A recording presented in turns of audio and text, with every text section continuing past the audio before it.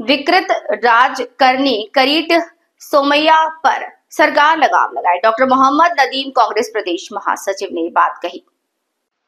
भारतीय राष्ट्रीय कांग्रेस पार्टी पुसद ने भाजपा नेता करीट सोमैया के खिलाफ विरोध प्रदर्शन किया। जन्म प्रमाण पत्र वितरण शुरू करने की मांग की गई। 9 सितंबर 2025 को भाजपा नेता करीट सोमैया ने पुसद शहर के पुलिस स्टेशन में आकर पुसद में रोहिंग्या और बांग्लादेशी घुसपैठियों की मौजूदगी की शिकायत दर्ज कराई और उनके खिलाफ कार्यवाही की मांग की।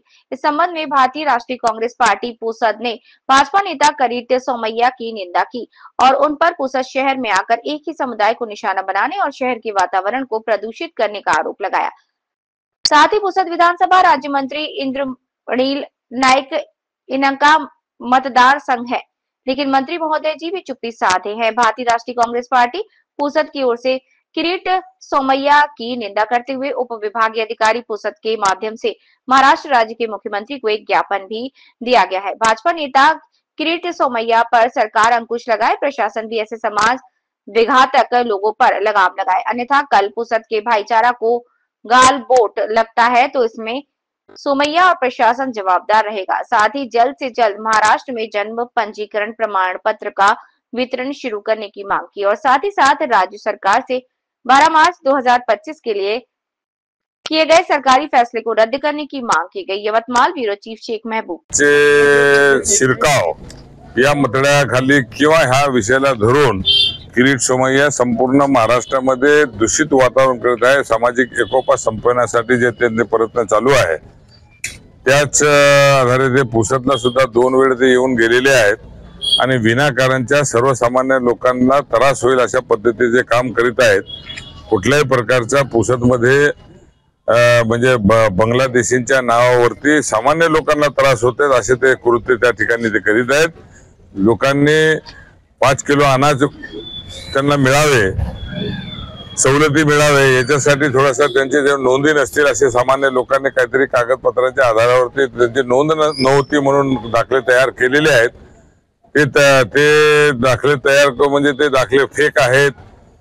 तर म्हणजे दाखले तयार करते ते दाखले फेक आहे की तुम्ही बांगलादेशी शोधत आहेत। बांगलादेशी शोधायचं असेल तर त्याने त्या बोर्डवर जाऊन मोदीला विचारायचं, अमित शहाला विचारायचं।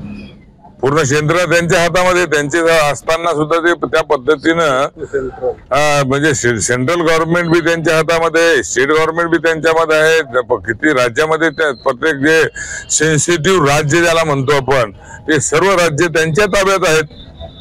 आता अशा राज्यातून म्हणजे त्यांच्या बॉर्डरवरती ते बसलेले आहेत।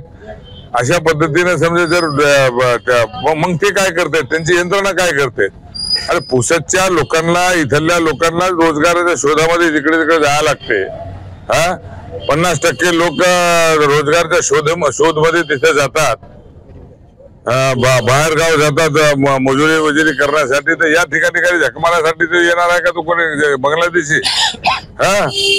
त्यांना शोधायचं असेल तर ते मोदीच्या घरी जाऊन शोधलं पाहिजे, अमित शहाच्या घरी जाऊन शोधलं पाहिजे।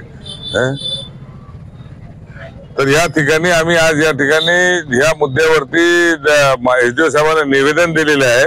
चुकीचे जे कंडिशन्स यांनी टाकलेले आहे जीआर जनन नोंदसाठी जे सर्वसामान्य लोकांना त्रास होत आहे तो त्रास संपला पाहिजे। चुकीचा जे जीआर बनवलेला आहे तो जीआर सुद्धा रद्द झाला पाहिजे।